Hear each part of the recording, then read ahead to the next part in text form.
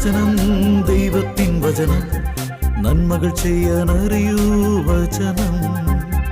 വചനമറിഞ്ഞാൽ ആത്മാവുണരും ഹൃത്തിൽ. വചനം വചനം ദൈവത്തിൻ വചനം. വചനം വചനം ദൈവത്തിൻ വചനം.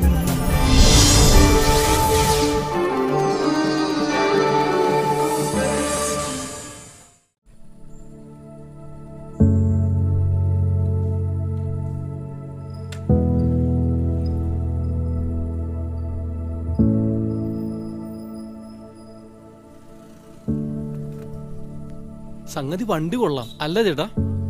കൊള്ളാമെന്നോ? നല്ല ഫസ്റ്റ് ക്ലാസ് വണ്ടിയല്ലേടാ. കണ്ണും പൂട്ടി നീ അങ്ങെടുത്തോ. ചേട്ടൻ പറഞ്ഞാ പിന്നെ മുന്നും പിന്നും ഞാൻ നോക്കില്ല. മറിച്ച് വിറ്റാൽ ലാഭം കിട്ടുമെന്ന് പറഞ്ഞപ്പോ എനിക്കത് വിശ്വാസം. എന്റെ കയ്യിൽ കാശില്ലാത്തതുകൊണ്ടാ, അല്ലെങ്കിൽ ഇത് എപ്പോഴേ എടുത്ത് വീട്ടിൽ കൊണ്ടുപോയിട്ടേനെ. എന്നാലും വിലയുടെ കാര്യത്തിൽ കൂടുതലൊന്നും അല്ലല്ലോ അല്ലേ? ഇല്ല. എന്തായാലും ഈ വണ്ടിയെടുത്ത് എനിക്ക് പൊടി തട്ടിയെടുത്താലേ ചുരുങ്ങിയത് 1,00,000 രൂപ ലാഭത്തിന് മറച്ചു വെക്കാം. അതിനുള്ള മാർഗം മുൻകൂട്ടി കണ്ടിട്ട് തന്നെയാ ഞാൻ നിന്നോടത് പറഞ്ഞത്. അല്ല ചേട്ടാ, ഈ പൊടി തട്ടിയെടുക്കാന്നൊക്കെ പറഞ്ഞാ എടാ ലൊട്ടാലൊടുക്ക് കുറച്ച് പണി.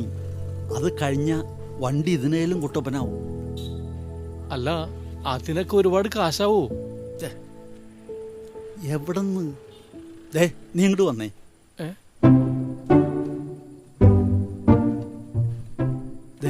ഒരു 10-30 രൂപ കഷ്ടി. അല്ല, അത് നമ്മൾ വിലയിൽ കയറ്റി വെക്കും. അതൊക്കെ കഴിഞ്ഞ ഈ 1,00,000 രൂപ ലാഭമെന്ന് പറഞ്ഞു.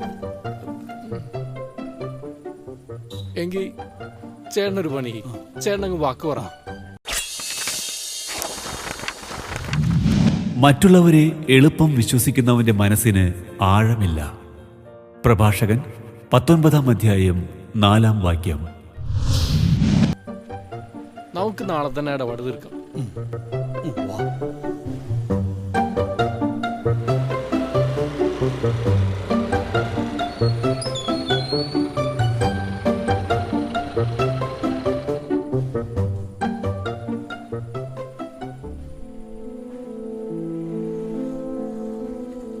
എടാ നമ്മളിങ്ങോട്ട് വരണ്ടായിരുന്നല്ലോ.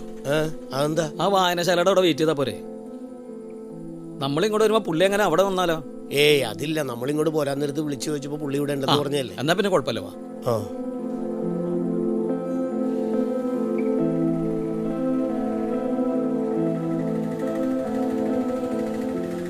ജോസഫേട്ടാ, ജോസഫേട്ടാ. നിങ്ങളിങ്ങ് പോന്നോ? പിന്നെ അല്ലാതെ ചേട്ടൻ 9 മണിക്ക് വായനശാലയുടെ ഫ്രണ്ടിൽ കാണാന്നല്ലേ പറഞ്ഞത്? ഇപ്പൊ സമയം 10:15. അതെ, ക്ലോക്ക് പറ്റിച്ചതാ. ഞാൻ റെഡിയാ. എന്നാ നമുക്ക് പോയാലോ? അതേട്ടാ, ഈ പറഞ്ഞ സമയത്തെ ഓപ്പറേഷന് മുമ്പ് പൈസ കൊടുക്കാന്ന് നമ്മൾ പറഞ്ഞല്ലോ. അതുകൊണ്ടാ. അതെ, അത് ശരിയാ. ആ വീട്ടുകാരുടെ ഒരേ ഒരു പ്രതീക്ഷ നമ്മളിലാണ്. പറഞ്ഞ തീയതിക്ക് തന്നെ ഓപ്പറേഷൻ നടത്തണമെന്നാണ് ഡോക്ടർ പറഞ്ഞിരിക്കുന്നത്. അങ്ങനെയാണെങ്കിൽ അത് അങ്ങനെ തന്നെ ആയിക്കോട്ടെ. അല്ല, ഓപ്പറേഷന് എത്ര ദിവസമുണ്ട്? അതിനിപ്പോ 1 മാസം കൂടിയുണ്ട്. ഇതുവരെ പിരിവ് ഇപ്പോൾ 1,54,000 രൂപ ആയിട്ടുള്ളൂ. ബാക്കി 46,000 രൂപ ഒപ്പിക്കണം. എന്നാലേ നമ്മൾ വിചാരിച്ച 2,00,000 രൂപ നമുക്ക് കൊടുക്കാൻ പറ്റുള്ളൂ. ഏതായാലും 2,00,000 രൂപ കൊടുത്തേക്കൊന്നും നമ്മൾ വാക്കൊന്നും പറഞ്ഞിട്ടില്ലല്ലോ. കഴിയുന്ന അത്ര പിരിവെടുത്ത് കൊടുക്കാം. ഓപ്പറേഷന് മുമ്പ് എത്രമാത്രം പിരിക്കാൻ പറ്റുന്നോ അത്രയും രൂപ നമുക്ക് കൊടുക്കാം. അല്ല, 1 മാസം കൊണ്ട് നമുക്ക് ഇത്രയൊക്കെ പിരിച്ചു കൊടുക്കാൻ പറ്റുമെങ്കിലേ ഒരു 10-20 ദിവസം ആത്മാർത്ഥമായിട്ട് ശ്രമിച്ചാലുണ്ടല്ലോ ഈ പറഞ്ഞ തുക ഈസി ആയിട്ട് ശരിയാക്കാൻ പറ്റുമെന്ന് എനിക്ക് തോന്നണം. എത്രയൊക്കെ പിരിവെടുത്ത് എത്ര പണം കൊണ്ടേ കൊടുത്താലും അവന് ജീവിക്കാൻ വിധിയുണ്ടോ? അവൻ രക്ഷപ്പെടും, ജീവിക്കും. എൻ്റെ പൊന്നേട്ടാ, ഈ സമയത്താണ് ഇങ്ങനെയൊക്കെ പറയണത്? നീ അത് സീരിയസ് ആയിട്ട് എടുത്തോ. ഞാൻ കോമൺ ആയിട്ടൊരു കാര്യം പറഞ്ഞതല്ലേ. അവൻ അഗസ്റ്റിൻ രക്ഷപ്പെടണമെന്ന് തന്നെയാണ് എൻ്റെ മനസ്സിൽ. അല്ലെങ്കിൽ പിന്നെ നിങ്ങളോടൊപ്പം സജീവമായിട്ട് പിരിവെടുക്കാനും മറ്റും വരുമോ? എന്നാ പിന്നെ ചേട്ടാ നമുക്ക് ചെല്ലാം. ആ ജോൺസ്റ്റൻ അവിടെ വെയിറ്റ് ചെയ്യാം. അല്ല, നിങ്ങളപ്പോൾ എങ്ങനെയാ വന്നത്? ഞങ്ങൾ 2 വീലറിന്. എന്താ ചേട്ടാ? അല്ല, എൻ്റെ വണ്ടി വർക്ക്ഷോപ്പിലാ. ഒരു കാര്യം ചെയ്യും, നിങ്ങൾ വണ്ടിയുമ്പോൾ പോ, ഞാൻ പിന്നാലെ വരാം. അത് ശരിയാവില്ല. വണ്ടി അവിടെ തന്നെ ഇരിക്കട്ടെ, വാ നമുക്ക് നടന്നു വന്നേ. ഓ അല്ല, ജോസഫ് ഏട്ടനും ജോൺസൺ ചേട്ടനും ഒക്കെ ഒന്നിച്ചുണ്ടാവുമെങ്കിൽ ആളുകൾ ഇതിനെ സീരിയസ് ആയിട്ട് എടുക്കുകയും. ഓ അതിലൊന്നും കാര്യമില്ലടാ. നമ്മൾ അഗസ്റ്റിൻ്റെ ഹാർട്ട് ഓപ്പറേഷൻ്റെ കാര്യം ആളുകളോട് ആത്മാർത്ഥമായും സത്യസന്ധതയോടെയും സീരിയസ് ആയി പറയുന്നു. ആളുകൾ അകമഴിഞ്ഞ് സഹായിക്കുന്നു, അത്രേ ഉള്ളൂ. ആ നിങ്ങൾ വാ. അല്ല, ജോൺസൺ അവിടെ വരാമെന്ന് പറഞ്ഞത്? നമ്മൾ കാണാന്ന് പറഞ്ഞ സ്ഥലത്തെ ആ വായനശാലയുടെ അടുത്ത്. ഓ എന്നാ പോവാം.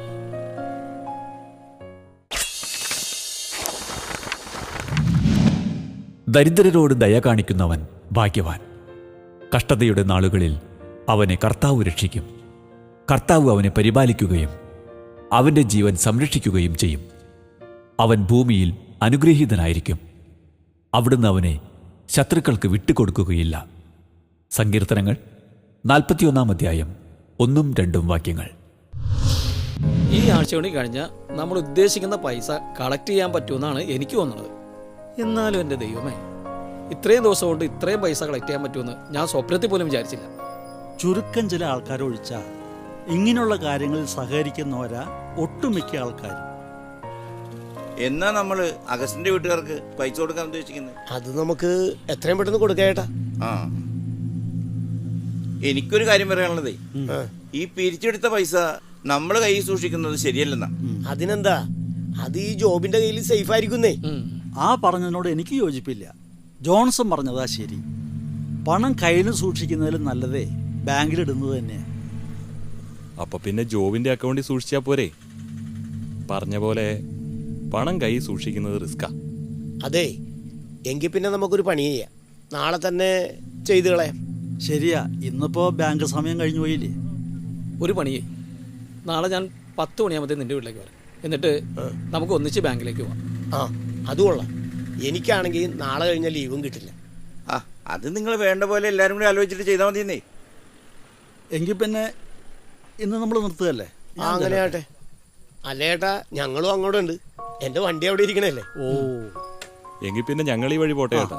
വാ. നിങ്ങൾ വണ്ടി ഇങ്ങോട്ട് കൊണ്ടുവന്ന് പോരായിരുന്നോ? എങ്കിൽ ഈ നടത്തം ഒഴിവാക്കായിരുന്നില്ല? ആ ശരി. ഈ പിരിവിൻ്റെ കാര്യം പറഞ്ഞ് ഈ നാട് മുഴുവൻ നടക്കുന്ന നമുക്ക് ഇവിടുന്ന് ചേട്ടൻ്റെ വീട് വരെയുള്ള നടപ്പ് വല്ല നടപ്പാണ് കേട്ടാ, അല്ലേ? വാ, വാ. വാ.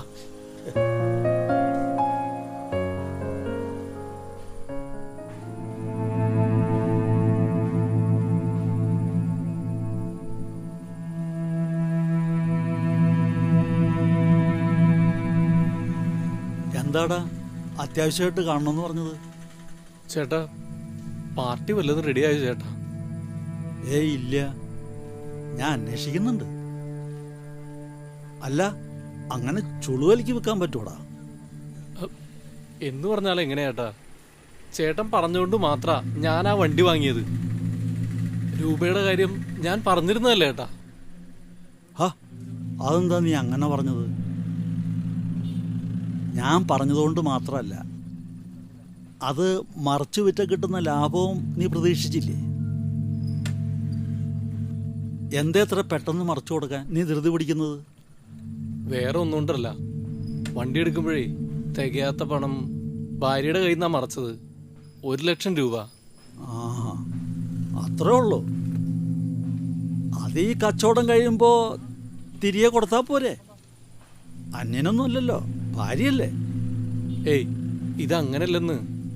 അവളുടെ ചേച്ചി അവരുടെ മകൾക്ക് കല്യാണത്തിന് സ്വർണമെടുക്കാനുള്ള പണമാ. അത് ഇവളുടെ കയ്യിലാ സൂക്ഷിച്ചിരുന്നത്.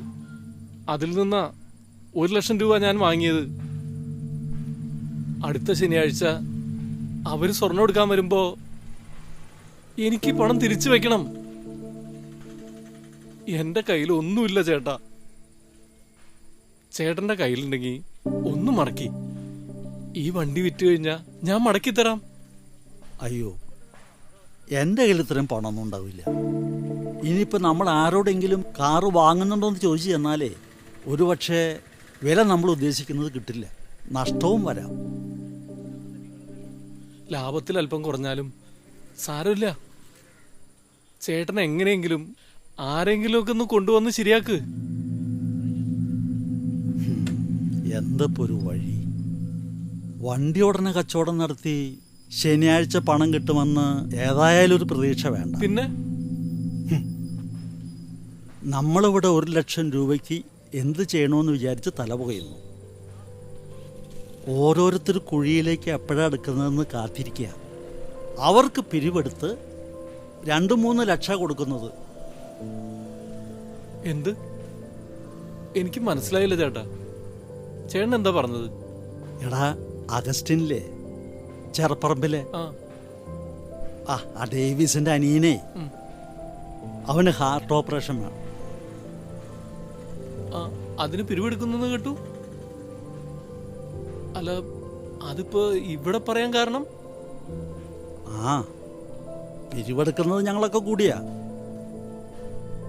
ഇപ്പൊ പിരിവ് 2 രൂപയുടെ അടുത്തായിട്ടുണ്ട്. എങ്കിൽ അതിന്ന് 1,00,000 രൂപ ഒന്നും മറക്കേട്ടാ. എപ്പോഴാ അഗസ്റ്റിന് കൊടുക്കുന്നത് വെച്ചാ അതിനു മുന്നേ നമുക്കത് തിരിച്ചു കൊടുക്കാം. സംഗതി കാശ് അവർക്ക് കൊടുക്കുന്നത് എങ്ങനെയും 10-20 ദിവസം കഴിഞ്ഞിട്ടാ. പക്ഷേ പ്രശ്നം അതല്ല.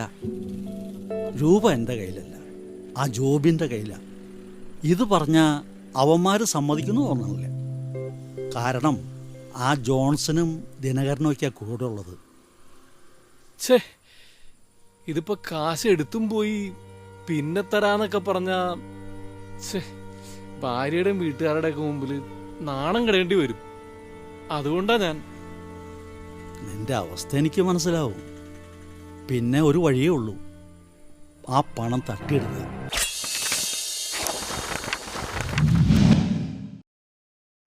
വായിൽ നിന്ന് വരുന്നത് ഹൃദയത്തിൽ നിന്നാണ് പുറപ്പെടുന്നത്. അത് മനുഷ്യനെ അശുദ്ധമാക്കുന്നു. ദുഷ്ചിന്തകൾ, കൊലപാതകം, പരസംഗം, വ്യഭിചാരം, മോഷണം, കള്ളസാക്ഷ്യം എന്നിവയെല്ലാം ഹൃദയത്തിൽ നിന്നാണ് പുറപ്പെടുന്നത്. മത്തായി 15-ാം അധ്യായം 18-19 വാക്യങ്ങൾ. തട്ടിയെടുക്കാനാ? ഉം. അതൊക്കെ മോശമല്ലേ ചേട്ടാ? ആ, ഉത്തരത്തിലിരിക്കുന്നത് എടുക്കാൻ വേണം, കക്ഷത്തിലിരിക്കുന്നത് പോകാനും പാടില്ല എന്ന് പറഞ്ഞാൽ കാര്യങ്ങൾ നടക്കുമോ? എന്നാലും പണം മോഷ്ടിക്കാന്നൊക്കെ പറയുമ്പോ എടാ, മോശമാണ്, തെറ്റാണ്. പക്ഷേ കാശിന് കാശ് തന്നെ വേണ്ടേ? അതിനാ ജോബിന്റെ വീട്ടിൽ കയറി മോഷ്ടിക്കാനൊന്നും അല്ല ഞാൻ പറഞ്ഞത്. പിന്നെ അവര് ജോബും ജോണിയും കൂടി നാളെ രാവിലെ 10 മണിക്കാ ബാങ്കിൽ പണം അടയ്ക്കാൻ പോകുന്നു. വരുന്ന വഴി ആ ആളൊഴിഞ്ഞ ഏരിയയിലുണ്ടല്ലോ, ആരും ഉണ്ടാവില്ല. അവിടെ നീ ആക്സിഡന്റ് പറ്റിയ മാതിരി വണ്ടി മറിച്ചിട്ട് കിടക്കണം. അവരതുവഴി വരുമ്പോൾ നീ അവിടെ കിടക്കുന്നത് കാണും. നിന്നെ രക്ഷിക്കാൻ അവരവിടെ വണ്ടി നിർത്തും. അവരങ്ങനെ നിന്നെ രക്ഷിക്കാൻ ശ്രമിക്കുന്നതിനിടയിൽ ആളും കൂടും. അപ്പം ഞാൻ അവിടെ എത്തും. എന്നിട്ട് അവൻ്റെ കയ്യിൽ നിന്ന് ആ പണത്തിൻ്റെ ബാഗ് ഞാൻ അടിച്ചു മാറ്റിയിരിക്കും. വല്ല കുഴപ്പമുണ്ടാവോ ചേട്ടാ? ഒരു കുഴപ്പമുണ്ടാവില്ല. അല്ല, ഇവർക്ക് മുന്നേ വേറെ ആരെങ്കിലും അവിടെ വരുന്നെങ്കിലോ? ഓ, അതിന് ഇവര് വരുന്നതിന് 2 മണിക്കൂർ മുമ്പ് നീ അവിടെ പോയി കിടക്കേണ്ട കാര്യമൊന്നുമില്ല. ഇവര് ദൂരേന്ന് വരുന്നത് കാണുമ്പോൾ പോയി കിടന്നാ മതി. ഇവരവിടെ വന്ന് നിന്നെ കണ്ടു കഴിഞ്ഞാൽ പിന്നെ ആരവിടെ വന്നാലും ഒരു കുഴപ്പമില്ല. ആ തിരക്കിനിടയിൽ ഞാൻ സംഗതി നടത്തിക്കോളാം. ദേ, ഇതെല്ലാം ഞാൻ ചെയ്യുന്നതേ നിനക്ക് വേണ്ടിയാ. അത് മറക്കരുത്. അതൊക്കെ ശരിയാ ചേട്ടാ. അങ്ങനെ ഒരാൾക്ക് ഓപ്പറേഷന് വേണ്ടി പിരിവെടുത്ത് കിട്ടിയ പണം നമ്മളായിട്ട് തട്ടിയെടുക്കാന്നൊക്കെ പറയുമ്പോ ആഗസ്റ്റിന്റെ ഓപ്പറേഷൻ മുടങ്ങില്ലേ? ഓ, നീ ഇങ്ങനെ ഒരു മണ്ടനായി പോയല്ലോടാ. എടാ, ഈ പണം മോഷണം പോയി എന്ന് പറഞ്ഞാ നമ്മുടെ നാട്ടില് സഹതാപതരം കൊണ്ടാവില്ലേ? അതിൽ നിന്നും ഇതിനേലും ഇരട്ടി പിരിവുണ്ടാവും. ആഗസ്റ്റിന്റെ ഓപ്പറേഷൻ വളരെ ഭംഗിയായിട്ട് നടക്കും. അതിലും ഭംഗിയായി നമ്മുടെ കാര്യം നടക്കും. നമ്മുടെ കാര്യോ? നിനക്ക് 1 ലക്ഷമല്ലേ വേണ്ടത്? ഇത് 1,70,70,000 കാണും. നീ 1 ലക്ഷം എടുത്തോ, ബാക്കി എനിക്കും ഉണ്ടോ കുറച്ച് കാര്യങ്ങൾ. ഈ പറഞ്ഞ മാതിരിയൊക്കെ കാര്യങ്ങൾ നടന്നാ മതിയായിരുന്നു. ദേ ഇനി കൂടുതൽ ആലോചിച്ചാൽ കുഴപ്പമാവും.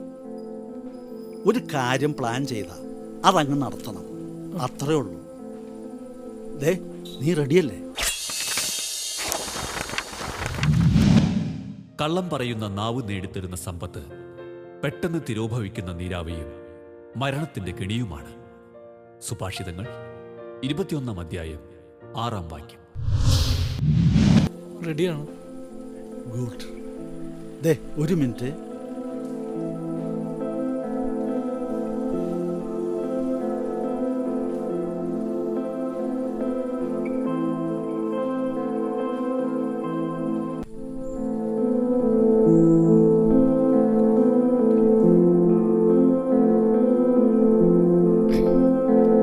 ആ ഹലോ ജോസഫേട്ടാ. അല്ല, നാളെ തന്നെയല്ലേ നിങ്ങൾ ബാങ്കിൽ പോകുന്നത്? അതെ ഏട്ടാ, നാളെ രാവിലെ 10 മണി.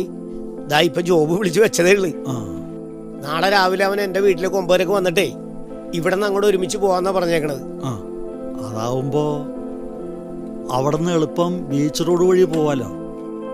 അതെ ഏട്ടാ. ആ കാശ് അഗസ്റ്റിനെ ഏൽപ്പിക്കുന്നത് വരെ ടെൻഷനാ. ഏയ് ടെൻഷനൊന്നും വേണ്ട ഏട്ടാ, ഞങ്ങളത് സൂക്ഷിച്ചു ആ കൊണ്ടുപോയിക്കോളാം. ഓക്കെ, നോക്കട്ടെ, പറ്റുമെങ്കിൽ ഞാനും വരാം ബാങ്കിൽ. ഓ ഞാൻ രാവിലെ വിളിക്കാം. ആ ശരി ഏട്ടാ.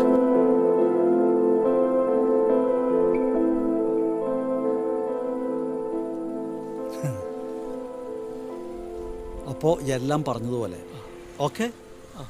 ദേ കൃത്യസമയത്ത് നീ അവിടെ ഉണ്ടാവണം. പിന്നെ ഉണ്ടാകാതെ ഞാൻ അവിടെ കറക്റ്റായിട്ട് എത്തിയിരിക്കും.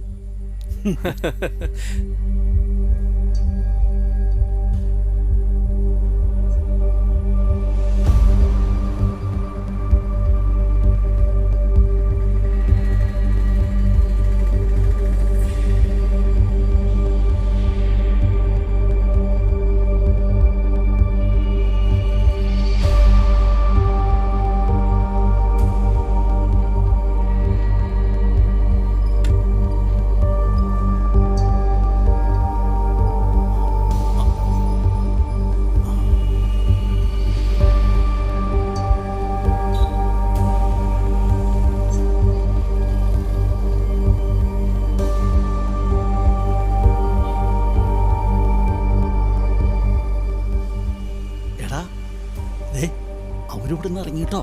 നീ നീ വേഗം റെഡി ആയിക്കോ.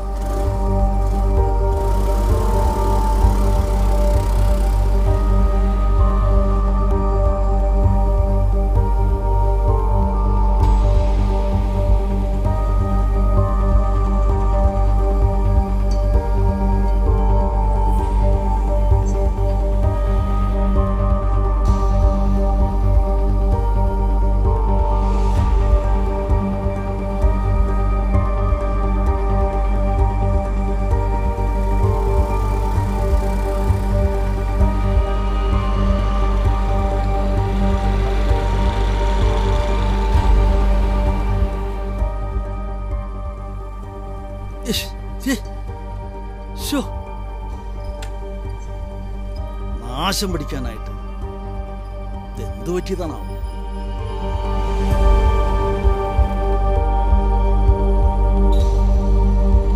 ശ്ശേ.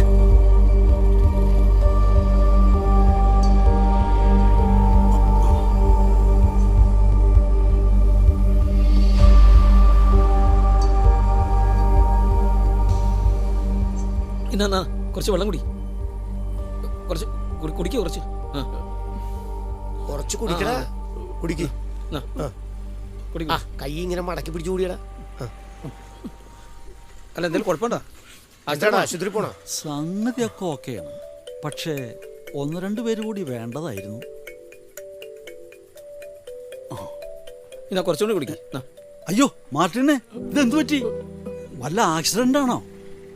ആശുപത്രിക്ക് പോണോടാ? വേണ്ട. പക്ഷേ വണ്ടി സൂക്ഷിച്ചു ഓടിക്കണ്ടടാ. എടാ മാട്ടിനെ, ഞങ്ങളെന്നാ അങ്ങോട്ട് ചെല്ലട്ടെ. ജോബേ, പൈസ കയ്യിലുണ്ടല്ലോ അല്ലേ? ആ ഇവിടം വരെ പൈസ പ്ലാസ്റ്റിക് കവറിന്റെ അകത്ത് എന്റെ കയ്യിലാണ് പിടിച്ചിരുന്നത്. ഇനി ഇവിടുന്ന് അങ്ങോട്ട് ബാങ്ക് വരെ പൈസ വണ്ടിക്കകത്ത് ഭദ്രമായിരിക്കും. പോരെ? ആ ശരിയാ. ഇനി ഇവിടെ നിന്ന് അങ്ങോട്ട് പോണ വഴിക്ക് എന്തൊക്കെ കെണികളാണ് ഉള്ളതെന്ന് പറയാൻ പറ്റില്ല. കൂടെ നിക്കണവരെയാണ് വിശ്വസിക്കാൻ പറ്റാത്തത്. നീ വാടാ, അല്ലെങ്കിൽ വണ്ടി തന്നെ അടിച്ചിട്ട് പോവും.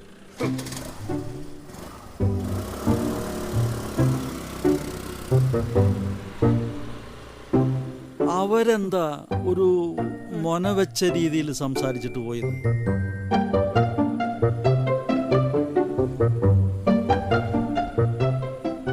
ചേട്ടാ, എന്താടാ?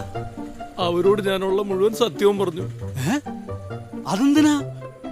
എന്റെ ചേട്ടാ, ഞാനിവിടെ വെച്ച് ശരിക്കും ആക്സിഡന്റ് ആയി ചേട്ടാ. അപ്പൊ അവരാണ് വന്ന് എന്റെ വണ്ടിയെ ഇവിടെ എടുത്തു വെച്ച് എന്നെ ഇവിടെ കൊണ്ടിരുത്തി. ഇപ്പൊ കുടിക്കാൻ കടയിൽ പോയി വെള്ളവും മേടിച്ചു കൊണ്ടുവന്നു എന്നോട് ഹോസ്പിറ്റലിൽ പോണോന്നൊക്കെ ചോദിച്ച് അവരുടെ ആ പെരുമാറ്റം കണ്ടപ്പോ എനിക്ക് ശരിക്കും സങ്കടം വന്നു ചേട്ടാ. ഞാൻ അവരോട് എല്ലാ കാര്യവും, ചേട്ടന്റെ സകല ഐഡിയകളും ഞാൻ അവരോട് തുറന്നു പറഞ്ഞ് മാപ്പും ചോദിച്ച്.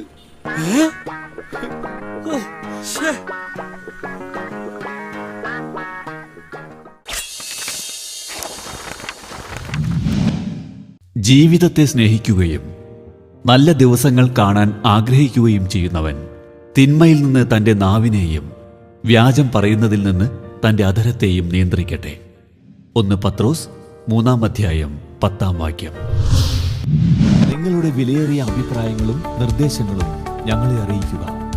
ദി പ്രൊഡ്യൂസർ, വചനം പറയുന്നത്, divine vision, divine retreat centre, Muringoor PO, Chalakudy 680309. Phone 8891952600. Email വചനം പറയുന്നത് @gmail.com.